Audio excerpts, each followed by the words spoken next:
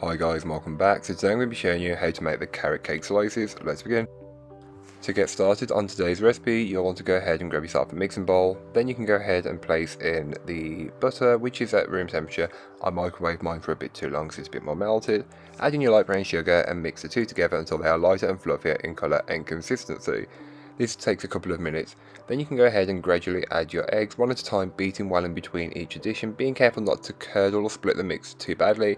It does happen with carrot cake and it's very normal, but then just give the bowl a good scraping down once the eggs have been fully incorporated, and this is just to incorporate any bits that may not have been fully worked in. As you can see from the top of my bowl, I still missed. Then add in your dry ingredients, which is your flour, raisin agent and spices, just until they are fully worked into the batter. Then add in your carrots. You can add the carrots then the dry, or you can add the dry then the carrots. It really doesn't all matter too much. Along with the carrots, add in your nuts. I'm using walnuts, but feel free to use whatever you want, and just fold these in until they are fully incorporated. Transfer the cake batter into a lined baking tin or tray with some parchment paper and spread and level that out as best as you possibly can. Then place into your preheated oven and bake it off. I will leave all that information in the blog post, which will be linked down below. Once it's baked, you can take it from the tin, make sure it's cool first as well. Then slice it up into as many or as few pieces as you would like. I went with 8 on this one, but feel free to go for more or less to suit the occasion that you're making these for.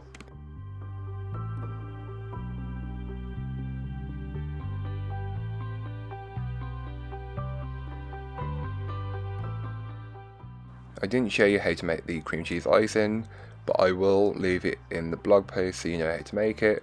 I use an open star tip and just pipe on top some of the cream cheese icing. You can do it however you like, but I just went with this random swirl pattern. Then down the side of one of the carrot cake slices, I just go with some extra walnuts for flavour.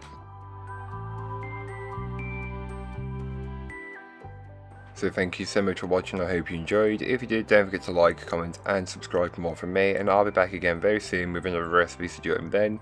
In the meanwhile, don't forget to check out the description. There'll be a link to this recipe, a link to my blog and links to all my social medias. So don't forget to go and follow me over on there. That's all for today. I hope you enjoyed. Bye guys.